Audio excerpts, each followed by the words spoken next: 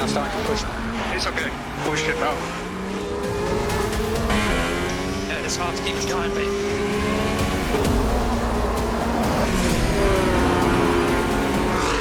Oh, what a move from Fernando Alonso. Yes, let's go. During the Japanese GP weekend, Verstappen was asked if he would like to have Fernando Alonso as his teammate for next season. His reply totally betrayed the perceived friendship between the pair. "I would find it strange to sign a 42-year-old driver." This devastating submission by the world champion plunged the F1 world into a big argument. Some believed Max was right, but most people sensed the fear in Verstappen's tone and concluded the Dutchman would lose in the same machinery with Alonso. The race to fill up the 2025 seats has been wild. Mike Crack wants to keep him, but the Spaniard is stalling. All the top teams have two driver pairings going into 2025.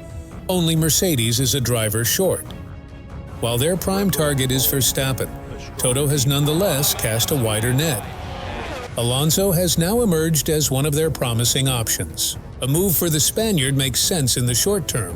His arrival will guarantee the team remains competitive in 2025, while easing the way for Kimi Antonelli in 2026. But Alonso's response to his purported transfer to Mercedes was shocking. He basically said Mercedes is beneath him. On today's episode, we will share with you Alonso's unsavory message to Mercedes, but we will do more than that. We will also explain what gave him the confidence to write off the silver arrows. Hit the subscribe button to support the channel. Welcome to Front Lockout.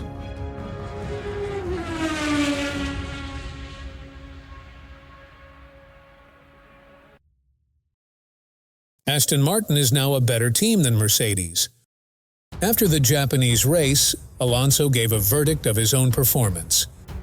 "I think it was my best weekend, top 5 of my career." The Spaniard said Japan was inside the top 5 best weekends of his career and that he is very proud that he outperformed the car. But what is so special about a race where he started P5 only to finish P6? To understand his comments, we need to go back to the beginning of last season where Aston Martin stunned the F1 world and was racking up podiums. We thought the team would keep up with the momentum, only for them to capitulate in the second half of the season. The Silverstone team lost its podium to McLaren primarily because they failed to bring in more upgrades.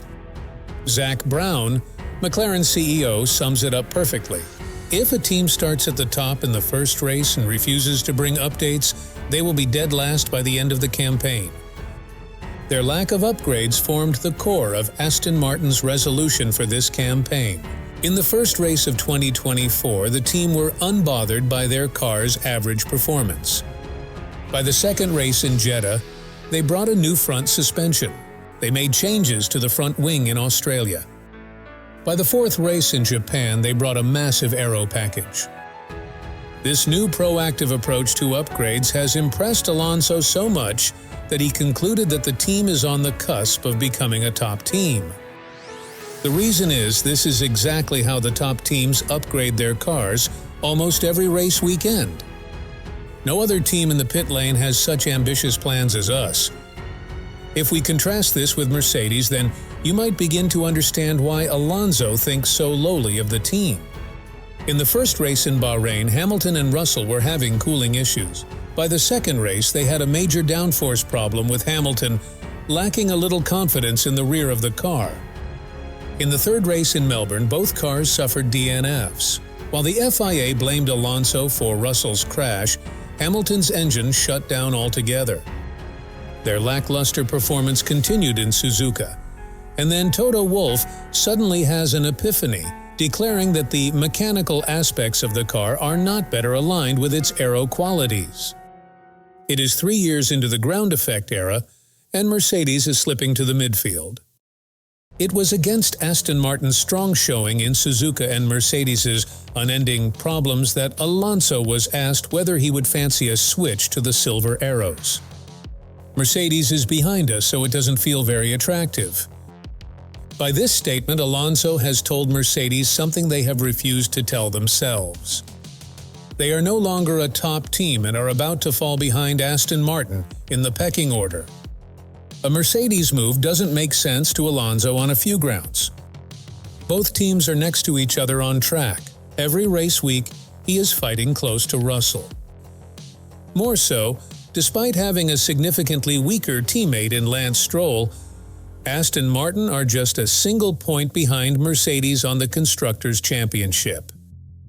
Mercedes have arranged tests for Antonelli. If Alonso goes there, he will only be warming the seat for the young Italian. While a Red Bull move would make sense, his best bet is with Aston Martin, where he would get an incredible engine with Honda in 2026. But we don't want to impress our opinion on you. Between Red Bull, Mercedes, and Aston Martin, where do you think Alonso should go? This is Front Lockout, signing off.